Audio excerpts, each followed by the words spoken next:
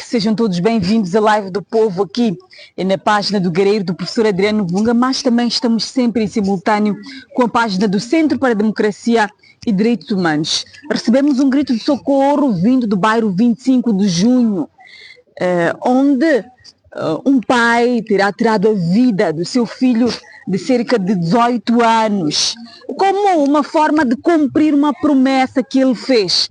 Vamos recuar no tempo, deixa eu compartilhar essa história, porque um pai iria envenenar um filho, não há motivos, mas acontece que este pai violava constantemente as suas filhas, neste caso as irmãs deste jovem de apenas 18 anos de idade.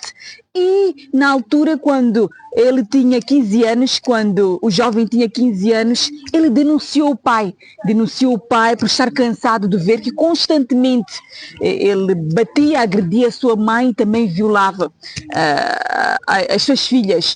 Sucede que ele foi condenado a uma pena de apenas 4 anos de prisão e também uma indemnização para esta vítima menor que ele violava, e quando da sua detenção ele prometeu que logo que saísse da cadeia, logo que saísse das celas, ele retornaria para se vingar do seu filho de 15 anos que denunciou o seu pai.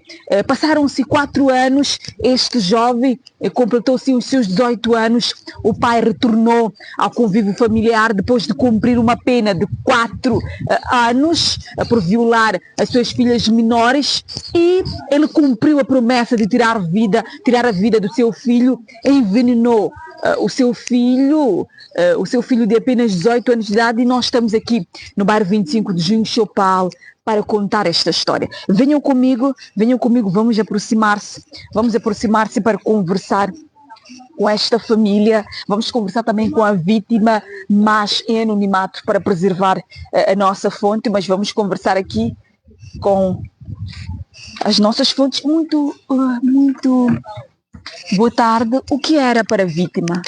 Eu sou o filho mais velho. Filho mais velho? Irmão mais velho. Irmão mais velho. Sim. Conte-nos tudo, a história desde o início. É verdade que o seu pai tirou a vida do seu irmão? Por que ele tirou a vida? Nós estamos a lidar com um pai, praticamente posso dizer um psicopata.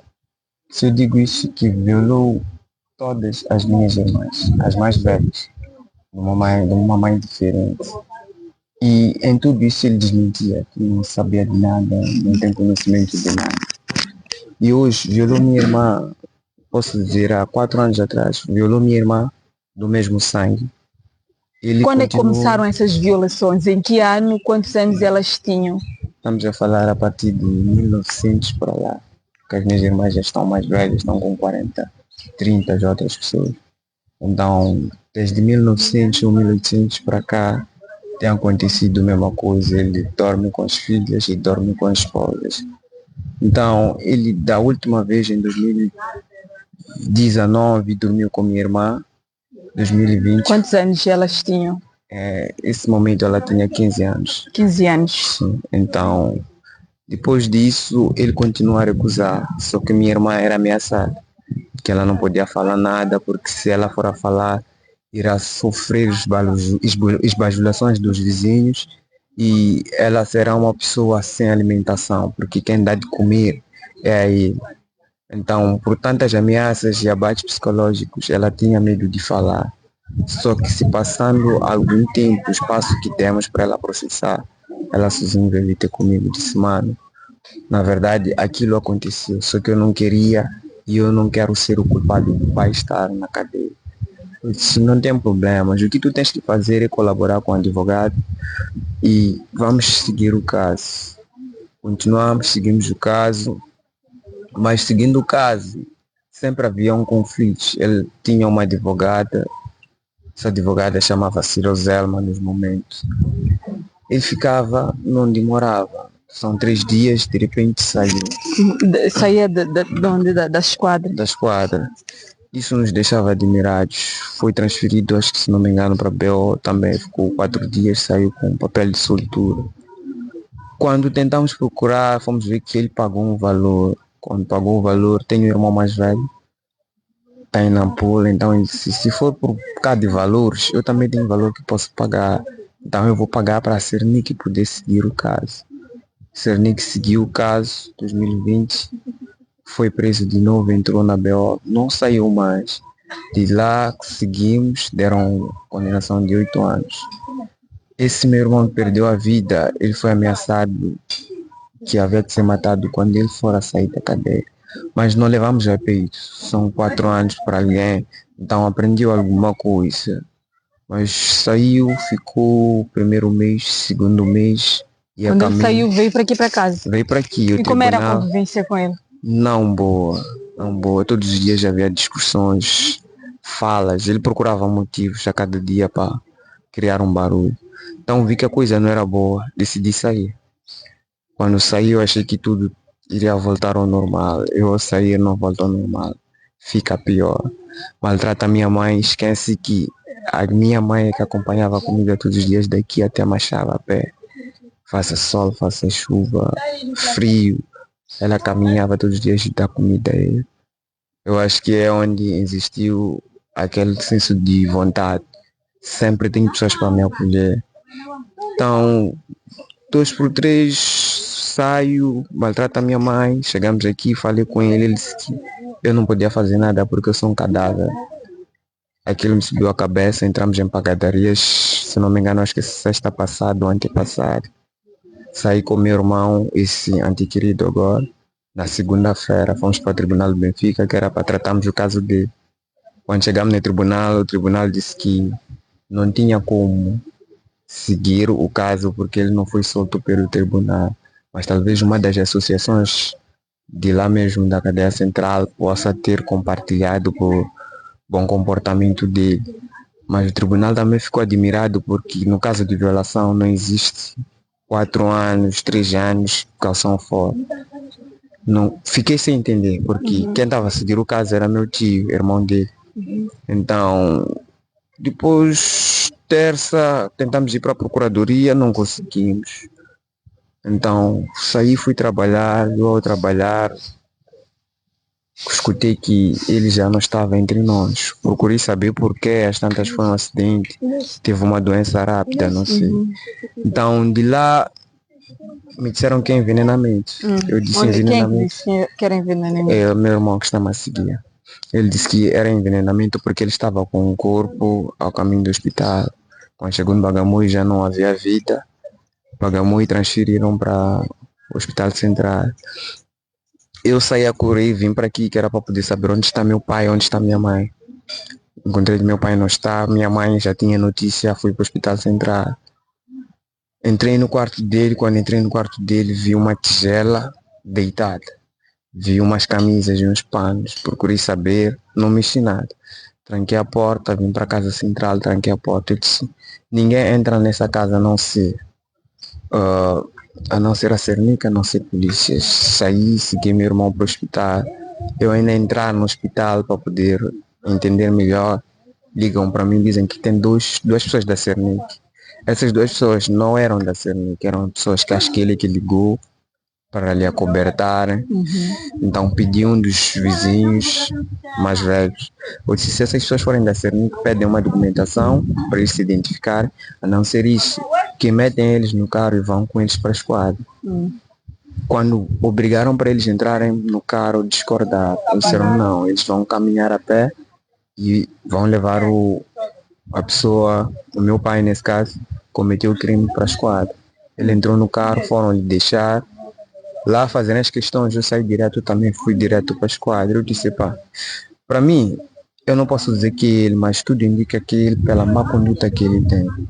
Então, dentro disso tudo, fizeram entrevistas, disseram tá bem, chamaram, ligaram para pessoas da Cernic, que vieram primeiro antes de eu chegar, sentaram aqui fora porque as portas estavam fechadas. Entrei, mostrei a comida envenenada e mostrei a comida que havia preparado na panela. Eles tiraram a amostra da comida que estava no prato, que estava no chão, e tiraram da panela. Eles viram muita diferença. Disseram que essa comida não tem, mas essa demonstra-se que tem um efeito de veneno. Me deram-nos 2 frascos. Levaram o telefone do antequerido também. Disseram que vamos fazer uma investigação. Mas a pessoa, que é o meu pai nesse caso, terá que ficar até a autópsia sair. A autópsia era para ter saído ontem. Ficaram detidos? Ficar detido, sim. Então, quando saímos, ontem fomos para o hospital, não nos deram autópsia. Chegamos ali, só começaram já a nos dar papelada da funerária. Terão que preencher aqui, não sei. Eu disse, eu peço o documento da autópsia porque a esquadra está à espera disso, que é para podermos avançar com o processo. O médico disse, do momento, nós não estamos para autópsia, hoje fizemos, o que fizemos já é tudo. Eu disse, como assim? Porque nós precisamos desse resultado que é para me entregar na esquadra. Eu ainda no transporte. Desculpa. Querida, ainda no transporte. Desculpa, está a entrar. Desculpa. Quando entro no transporte, chego na paragem, começo a escutar a chefe de secretária do barulho. Diz, teu pai está solto. Meu pai está solto como? Se ainda não falar temos... um pouco mais alto só. Meu pai está solto como? Porque ainda não temos as provas. Quando é que teve essa informação de que o seu pai já estava em liberdade? Foi ontem mesmo. Então, eu liguei para meu irmão e disse, o pai está solto e não sabemos como é que vamos proceder. Eu não sei se está em casa ou se Correio foi ficar em cada uma das famílias que ele acoberta. Temos um tio e uma tia que acobertam a ele. Então, o assunto ficou complicado. Só que eu, quando chego, encontro que a população do bairro está por trás dele. Então, eu a tentar seguir, eles disseram, não pode seguir porque tu estás fora do normal. Podes pegar a ele, como entraram em porada há pouco tempo, pode ser outro caso. Não, tu não vais seguir a ele, nós é que vamos resolver com ele. Ele viu que a coisa estava feia, voltou de novo para a esquadra. Então, quando tentou aproximar ao chefe, pergunto a ele por que ele está solto. Ele diz porque não existem provas que mostram que ele é criminoso e os resultados não saíram. Vão deixar uma pessoa solta enquanto estamos à espera do resultado? Como assim? Ele disse, por enquanto o nosso trabalho já foi feito. Que esquadra é essa? Qual é o nome dessa esquadra? 16ª. 16ª aqui na Rocis? Na Rocis, sim. Então, eu disse, para mim isso não faz sentido. Primeiro tem que haver uma justiça certa. Se não saíram os resultados, que ele fique à espera do resultado aí dentro. Então o comandante disse, não, é porque a chefe da procuradoria é que nos disse que nós tínhamos que liberar. Eu disse, eu tenho um processo que vem contra ele a dizer que havia de matar meu irmão. E hoje meu irmão está morto. Ainda é preciso que provas para isso. Então ele disse, eu não entro. Se o assunto já está na procuradoria, então a procuradoria vai resolver. Eu disse, está bem. Se a chefe da procuradoria vai vir amanhã no bairro para nos dar essa informação, para mim fico satisfeito, porque eu já fui meter esse caso. E eu preciso que esse caso ande. Então ele disse, está bem, amanhã vamos vir ter convosco. Quando chegamos aqui hoje, ficamos à espera deles. Quando ficamos à espera deles, alguma das pessoas nos ligou do hospital lá no Mato, fez um número, usou o private number, disse que existe uma lavagem que tenta se fazer no corpo do teu irmão. Algum comprimido ou alguma injeção estão a tentar colocar no corpo dele, que é para eliminarem as provas. Então, eu anunciei isso ao bairro, o bairro também fez umas questões. Quando fizemos as questões, eu fico admirado. A Cernic volta de novo a pedir aquela mesma comida, que é para poder fazer as amostras. Eu disse, como? Porque já levaram as amostras. Para mim não faz sentido. Então, estão a pedir. A sorte que eu conservei, não cheguei de tirar do quarto aquela comida. Eu disse, ainda tem. Se der para ter um proveito para vocês levarem, podem levar. Tiraram as amostras, foram que não nos disseram mais nada, só disseram até segunda-feira é que vamos tirar os resultados. Os resultados vêm da medicina legal. Eu disse, tá bem. E esses agentes de Cernic também trabalham aqui na esquadra, na 16ª esquadra? Sim, são da 16ª. O que veio conosco lá do hospital, só veio conosco no primeiro dia e desapareceu. Não nos deu mais nenhuma satisfação. Tentamos procurar aí, não conseguimos localizar mais. Certo. Sim. E a sua mãe, onde é que está ela? Minha mãe está lá dentro, está no Maranhão com um dos meus tios. Eu acho melhor até não tentar falar com ele, porque é uma das pessoas que também está a cobertar minha irmã. Está a cobertar o irmão dele, diz que ele não fez nada. As tantas pode ter sido minha mãe a tentar envenenar o marido. Mas a única pessoa com má conduta nessa casa era meu próprio pai, não existe outra pessoa. Certo. Escutamos aqui essa história, não é? Vamos agora conversar com uma das vítimas, ela que é a filha, foi violada, vamos conversar com ela, mas em anonimato, não vamos filmar o seu rosto, não vamos filmar o rosto dela. Vou pedir, por favor, para que não filme o rosto dela, vamos conversar com ela. Muito boa tarde, não precisa dizer o seu nome. Compartilhe quando, se é verdade que o seu pai costumava violá-la, quando é que isto começou? Boa tarde. Vou pedir para falar só um pouco mais alto, é importante. Quando começou, não sei bem, mas é cerca de 2018 para 2019, para lá, né? Então, de 2018 para lá, ele vinha fazendo isso, simplesmente eu não tinha que contar para ninguém, porque eu poderia sofrer, minha mãe poderia sofrer. Quantos anos tinha quando isso começou? Uns 14 por aí. 14 anos. Sim, ele... Conta, pode compartilhar. Ele dizia que não podia falar para ninguém, porque eu poderia sofrer, minha mãe poderia sofrer. Se ele fosse preso, todos daqui sofreriam, porque ele é que nos alimentava, ele que colocava as coisas na mesa. Eu poderia parar de estudar, as pessoas me olhariam mal, não falariam mais comigo pelo que poderia acontecer. E a culpa toda seria minha se ele ficasse preso. E a minha mãe não ia aguentar, poderia morrer e eu ficaria culpada para sempre. E ele fazia isso também com as suas irmãs, mais velhas ou mais novas? Mais velhas, sim. Mais velhas? Sim. E é verdade que foi o seu irmão que denunciou primeiramente que ele costumava fazer isso? Onde é que ele denunciou? Como é que foi? Ele chegou uma vez, ele acabava de chegar, estava a brincar, né? Em casa não estava ninguém, só estava eu e o meu pai. Então ele chegou, viu isso da janela, ele frustrado, né, com aquilo de que ele não podia fazer nada. Ele saiu a gritar, correu à procura da minha mãe. Minha mãe estava aí na rua, estava com umas vizinhas. Ele saiu à procura da minha mãe para poder contar a situação. Mas ele não encontrou minha mãe, então lhe chamaram, porque ele estava a respirar mal, estava mal mesmo. Então uma das vizinhas lhe chamou, lhe perguntou o que se passa. Ele contou, foi aí onde houve toda essa informação.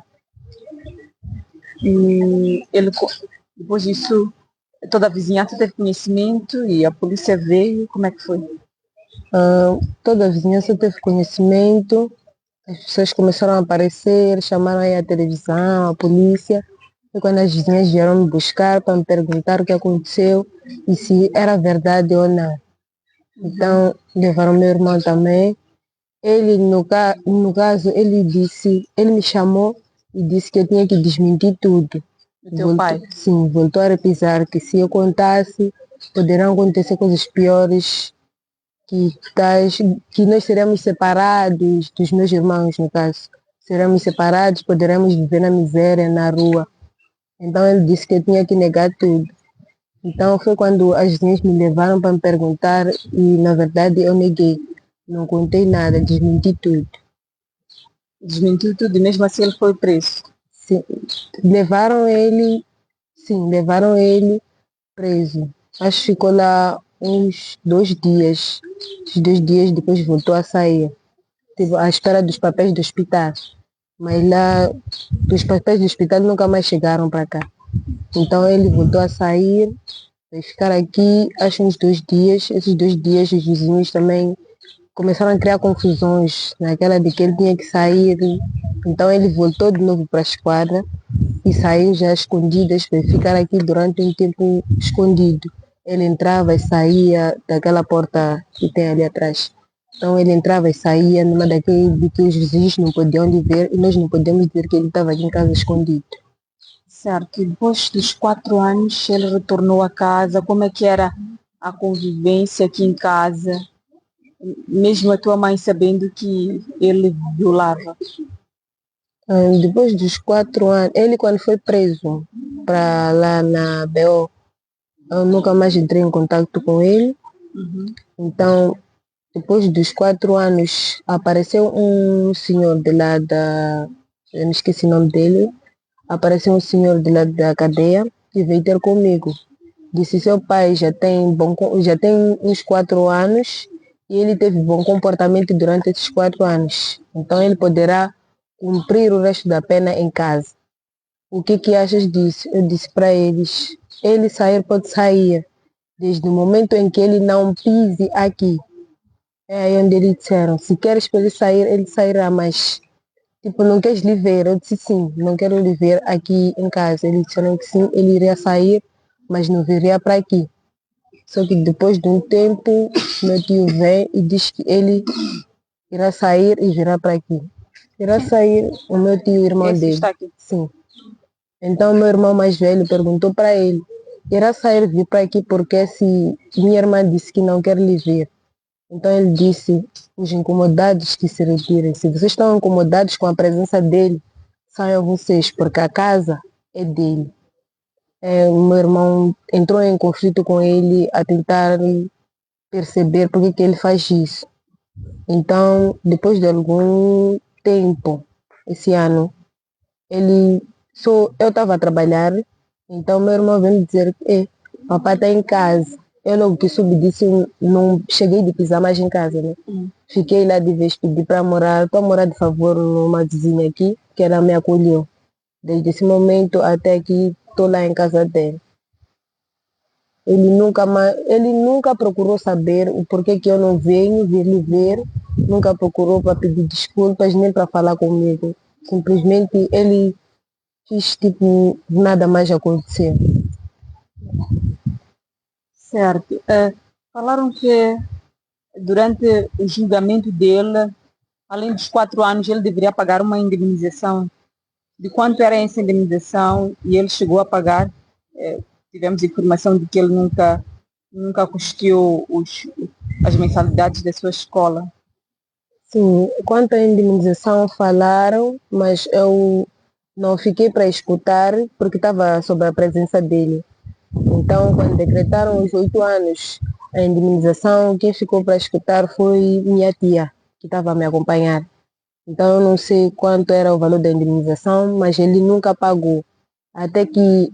Até hoje eu não vou à escola porque ele diz que não tem dinheiro para pagar a minha escola, que dinheiro que sai daqui não é o suficiente. Então, esse ano eu fiquei sem ir à escola porque ele diz que não tem dinheiro. Disse para esperar o próximo ano. Em que classe terminou a escola? E quantas casas aqui estão alugadas? Quantas dependências aqui em casa? Terminei a escola ano passado e são 5 casas que tem aqui no quintal. Em que classe terminou? Terminei 12ª. Ah, 12ª. Sim. Certo. É isso que vocês tiveram de dizer aqui, teremos que consultar com a mãe, a família nesse exato momento está reunida. É um caso, não é, de violação. Um caso de violação sexual aqui, um pai que abusava as filhas e mesmo assim ele continua à liberdade. Aliás, como estava a denunciar o seu filho, parece que há uma tentativa de inocentar este cidadão. Qual era o nome do vosso pai? O nome completo? Manuel Mateus Cumbana, o senhor Manuel Mateus Cumbana, que violava e depois tirou a vida do seu filho, não é, como cumprimento da promessa que fez há 4 anos atrás, quando foi preso, e ainda está a família dele a proteger este violador e parece que também as autoridades policiais. Vamos daqui a nada para a 16ª Esquadra aqui na Rua 6 para perceber como é que andam as investigações, não é? A família aqui que busca uma ajuda das autoridades, mas está a perceber que, pelo contrário, não é esta ajuda, não é a justiça que virá das autoridades. Eu também disse ao filho que ele recebeu uma chamada anônima a dizer que no hospital eles tiveram ordem de tirar todo o veneno do corpo deste jovem, não é? Como forma de inocentar este pai. Vamos perseguir este caso até que a justiça seja feita. Vamos lutar para que este pai seja responsabilizado se tiver cometido esses atos. Voltamos e até já.